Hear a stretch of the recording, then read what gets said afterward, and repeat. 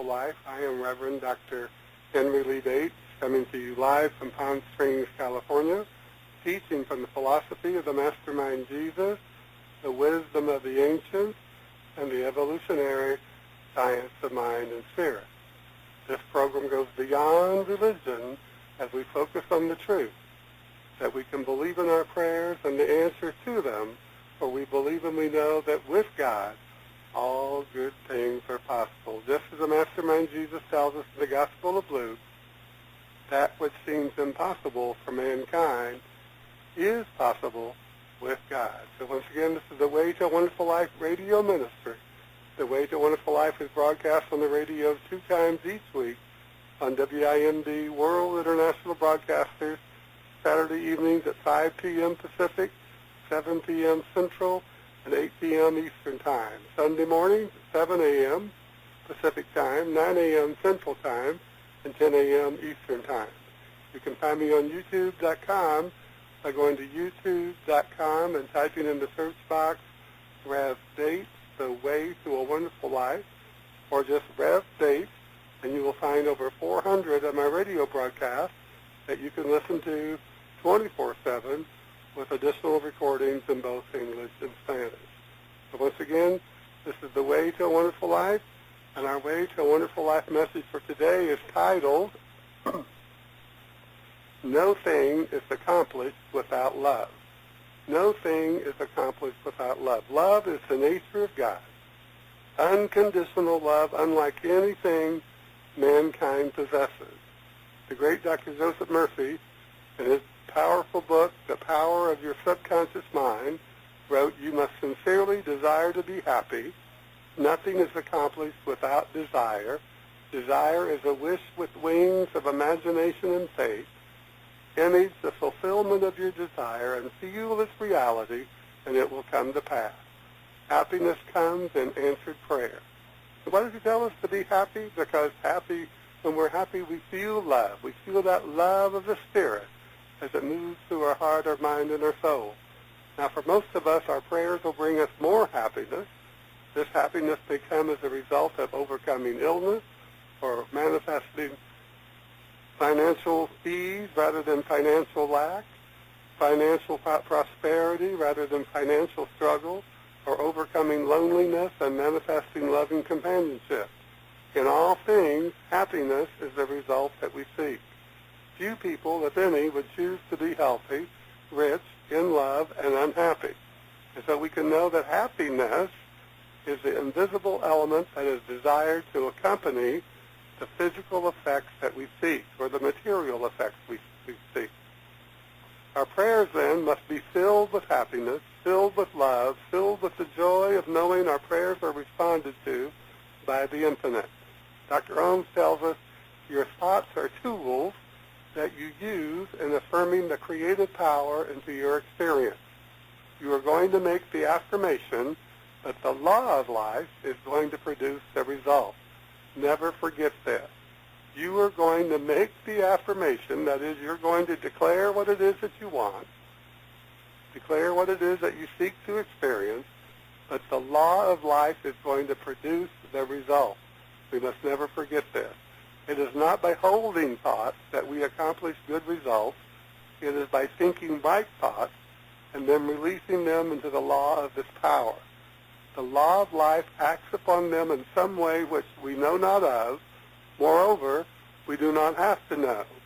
Whatever we affirm, it will do for us, provided our affirmation is in accord with the truth. And what's the truth? The truth is that all is God and all is good.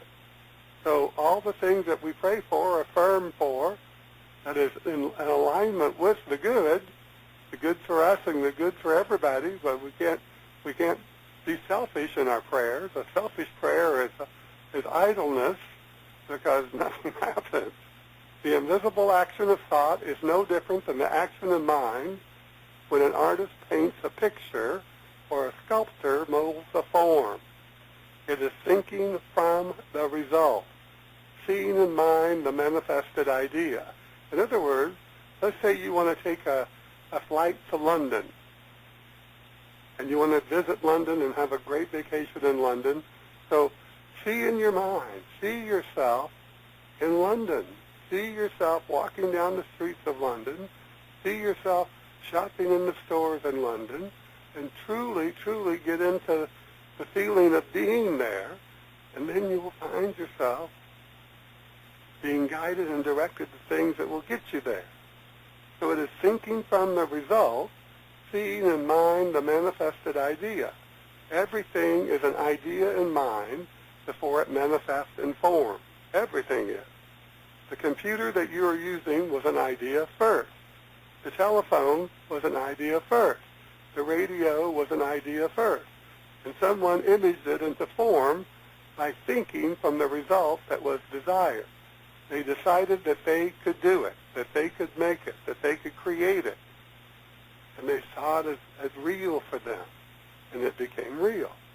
Now, many of us will feel frustration rather than happiness when we look at the things we have compared to the results that we desire to see. This frustration occurs because we think we must do something to get from where we are or what we have to what we want to be or to have. Our responsibility is not to do, but to be. And the most powerful decision we can make is to be happy, to be in love with life. Happiness and love are the attributes of God, and both these feelings are powerful in their attracting energy. We are all attracted to people who are happy, and being happy will attract us to the people and the things necessary to manifest our good desires. Dr. Holmes tells us we must learn to live by inspiration. Inspiration.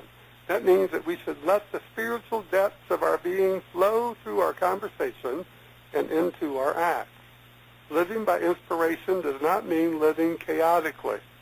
Our whole purpose is to make the intellect an instrument for the spirit. This is exactly what an artist does. We must all become artists in living, the art of being alive, the art of being active, the art of being in control of our living. To live by inspiration means to sense the divine touch in everything, to enter into the spirit of things, and to enter into the joy of living. We must get into the spirit of life itself. Life is God. We can't go around thinking that life is hard and then we die and then expect to have all kinds of things in our life that make us happy and have a feeling of joy as we go about today. We cannot do that. So inspiration comes to us when we choose to be happy, happy with our work, happy with our relationships, happy with our ability to overcome illness and lack. We can move from becoming to being through the activity of our thinking.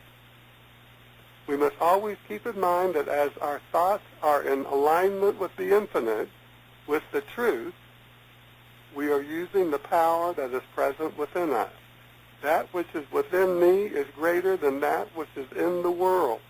Think about that. That which is within me is greater than that which is in the world. This is the truth.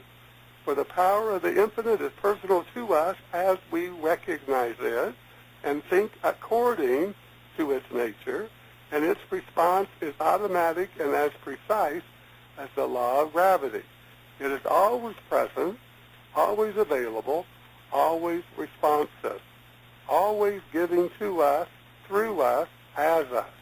This is the truth that manifests our desires with happiness and love, great joy and peace,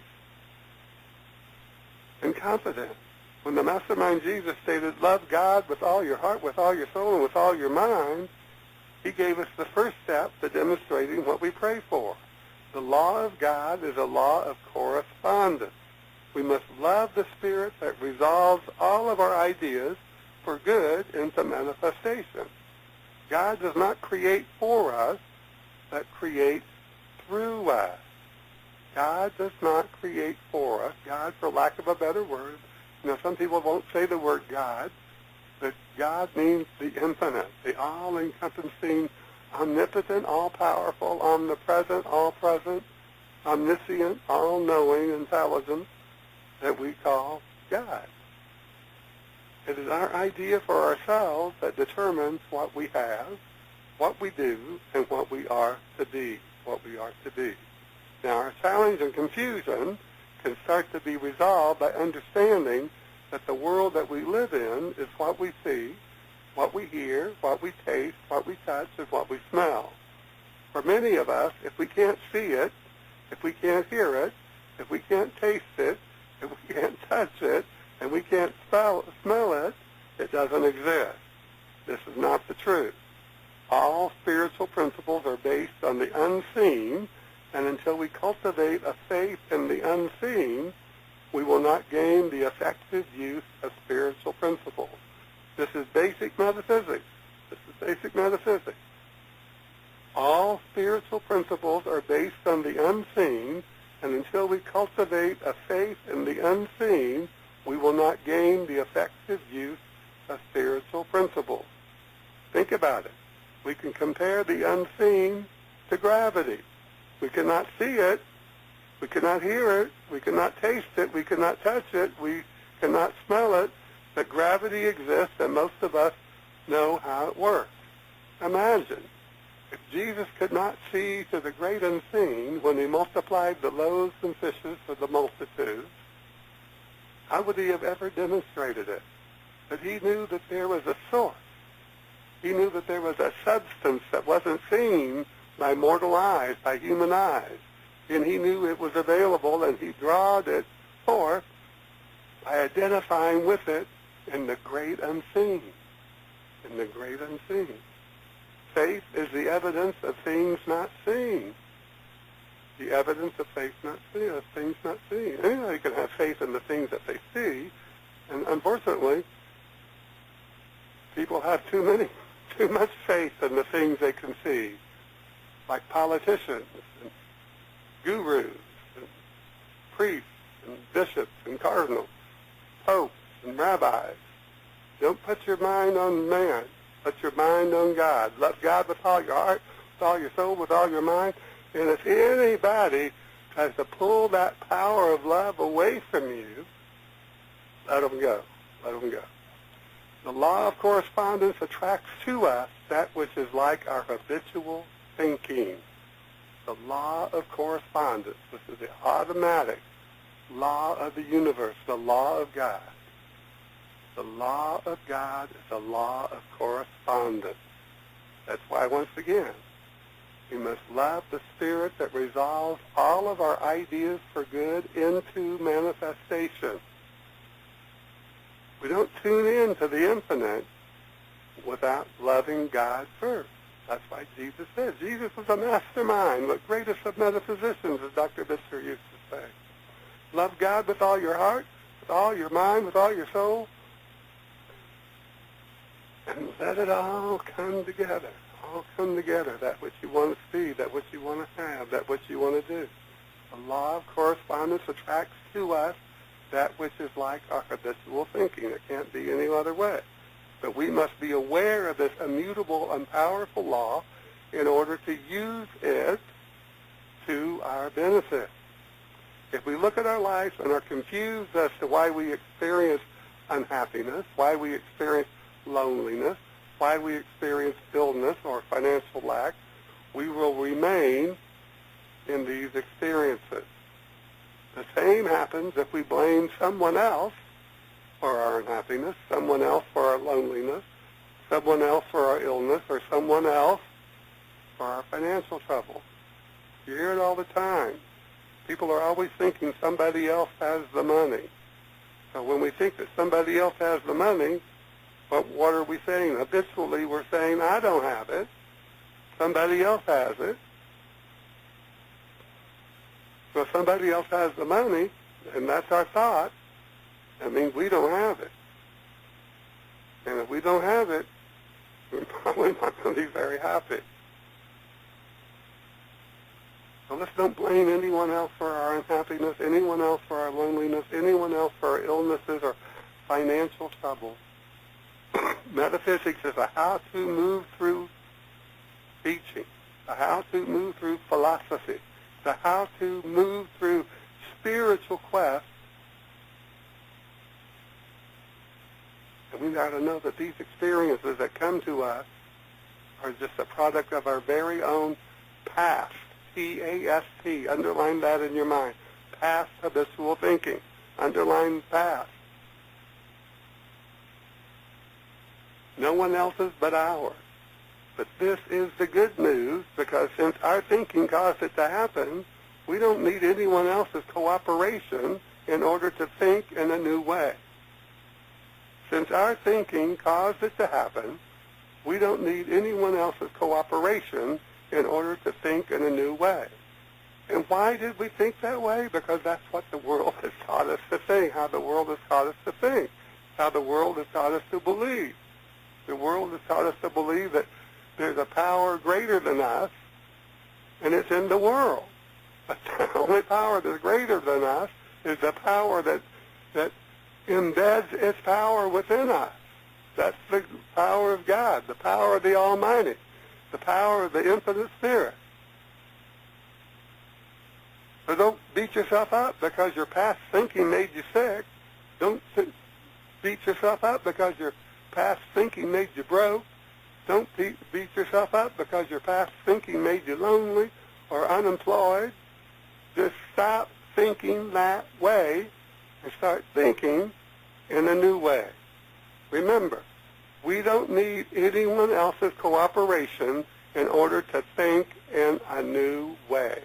To think in a new way. In Dr. Murphy's book, The Amazing Laws of Cosmic Mind Power, this was written, I think, in the 60s. He wrote that there are 3 steps to healing. The first step in healing is not to be afraid of the manifest condition. From this very moment, he says, not to be afraid of the manifest condition. The second step is to realize that the condition, once again, is only the product of past thinking, which will have no more power to continue its existence. The third step is mentally to exalt the miraculous healing power of God within you. Now, Dr. Murphy instructs us not to be afraid of the manifest condition. And this is very, very, very necessary, whether it be a physical illness, an employment issue, or a financial situation. We cannot master the authority over condition as long as we let it trouble our mind. Neither can we have the level of love in our hearts for our Creator to manifest our new and better ideas through us. So we must let it go. Let it go from this moment on. We must let it go. From the moment we decide we want a new experience, we want a new idea about ourselves, we want a new way of life, let it go. But keep in mind, love God with all your heart, with all your soul, and with all your mind, because God is going to do it through you, through you. To love God is to love life. To love life is to love God. You can't love God and go around putting down life or looking for a power outside of you to bring your happiness and your joy and your peace and your love. It just will not happen. It will not happen, I assure you. We must understand in our mind that good is omnipresent. Just as Jesus said, the kingdom of heaven is at hand. He didn't say you have to wait until you die before you see heaven. You gotta have to wait until you die before you're no longer sick. You don't have to wait until you die before you're no longer lonely. You don't have to wait until you die till you're no longer struggling financially. The kingdom of heaven is at hand. Good is omnipresent, everywhere present. For God is omnipresent. There is not God and something else. There is only God, all the time. Think about that. If you just say that to yourself every day, there is only good, all the time. Because God and good are synonymous. That which appears to be something less than God is in reality most often that which is necessary for us to experience in order to realize a greater good than ever before. Because it builds determination within us, persistence within us. Persistence is a metaphysical law. Determination is a metaphysical law. We must be persistent, and we must be determined. Most of us are familiar with the ministry of Jesus, so I will use him as an example. Those who showed up to listen to Jesus, to take the time to sit in his audience, were looking for the loaves and the fishes. In other words, they were looking for more than they had themselves. Loaves and fishes can symbolize greater health, can symbolize greater wealth, greater happiness, greater love, and greater peace of mind. We who seek God usually do so because we are lacking something in our life. Now people say, oh no, I don't look to God, I love God. I don't go to God for anything. Yes, we do. You take a breath today, how were you able to take that breath? You took that breath because the omnipresent, omnipotent, omniscient presence of God was with you. Every breath we take it from God. Every breath, every word we speak is coming from the intelligence of God through our lips. Sometimes those words don't always sound so intelligent, but it's the truth. So loaves and fishes can symbolize greater health, wealth, happiness, love, and peace of mind. Now, I don't mean that those of us who attend church, too many who attend church do so for many reasons that have nothing to do with any real spiritual seeking. I mean those of us who truly seek that invisible something that we hope will give us a greater sense of life as being more than just perfunctory habits and patterns. Going to church doesn't make you closer to God. God is no stranger to churches any more than God is a stranger to anywhere else. God's omnipresent, present everywhere. All you have to do is follow Jesus. Look up and not down. Follow Isaiah. Look to the infinite. Know that God is all there is. Besides him, there is none other. Or besides it, besides our Creator, besides God, there is none other. And there are those of us who are living on the edge, experiencing serious illness, living in financial chaos, confused about whether life truly holds any meaning at all, and those of us who have not found what we are looking for anywhere else. And at that point, we all turn to God in a serious way. But let the fear go. Let the fear go. God is with you. And often, too often, we are met with disenchantment. Those we turn to have no more answers than we have, and often, too often, those we seek help from treat us with arrogance and superiority. In other words, their lives are in even a sadder state of affairs than ours. That's why we turn to God and not to people. Many of us at this point feel almost past the point of rescue and give up completely, or feel totally disillusioned and fall into the trap of turning our problems into lifelong endurance tests, never healing anything, but thinking we are understanding why it is all happening. This is sad but true. So often we end up trading healing for companionship with like-minded individuals. We are rescued by people we can trade our misery stories with and end up with repetitive conversations that go like this. I'm hanging in there, or I'm working on me.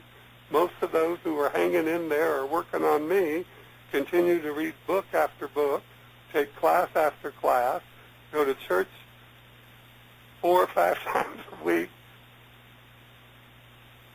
to have absolutely no changes in their life. Why? Because in order to be healed, we must bury our old self, our old habits, our old tendencies of thought, and our old beliefs and assumptions. As the mastermind Jesus stated, you cannot pour new wine into old wineskins. In other words, a consciousness filled with the old has no room to let in new ideas, new concepts, and new beliefs that thrive in freedom. Therefore, the new cannot be manifested. So we must displace.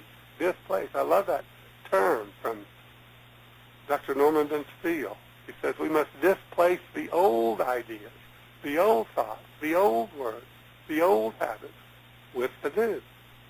So in order to realize greater happiness, greater joy and love and peace and wealth and health, we must cooperate with the universe and quit telling God something or anything is not good, and allow the experiences to lead us and guide us to our good and our healing. That is, we are healed of our lack, our limitations, our financial woes, our failures, our loneliness, and our confusion by knowing that it is all good.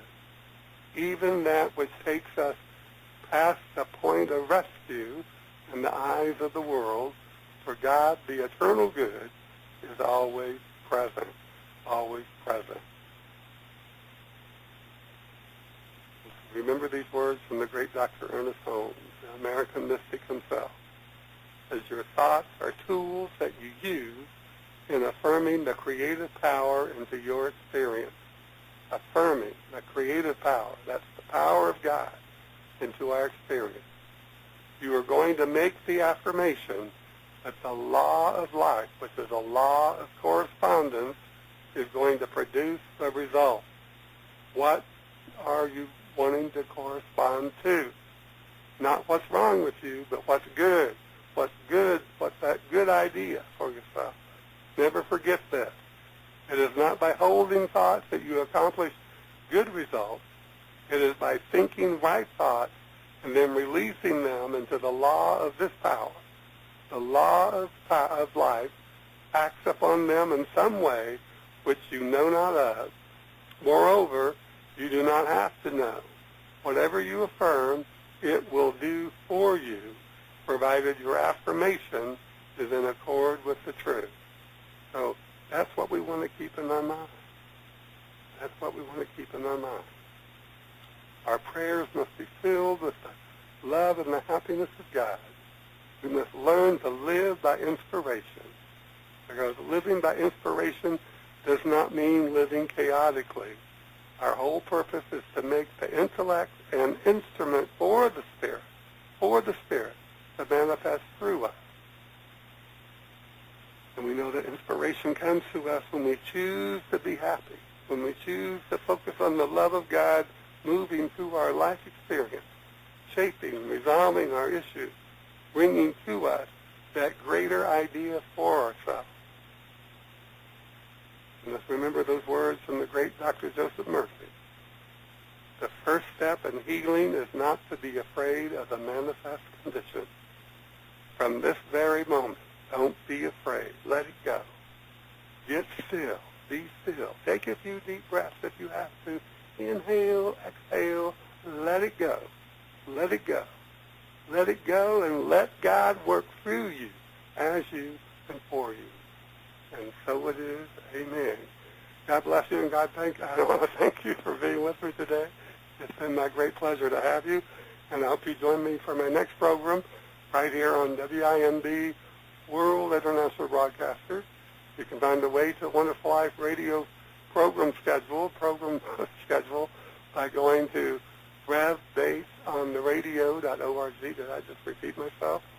That's revbatesontheradio.org. You can find me on youtube.com by going to youtube.com and typing in the search box, Rev Bates, The Way to a Wonderful Life, and you'll find over 400 of my radio broadcasts that you can listen to 24/7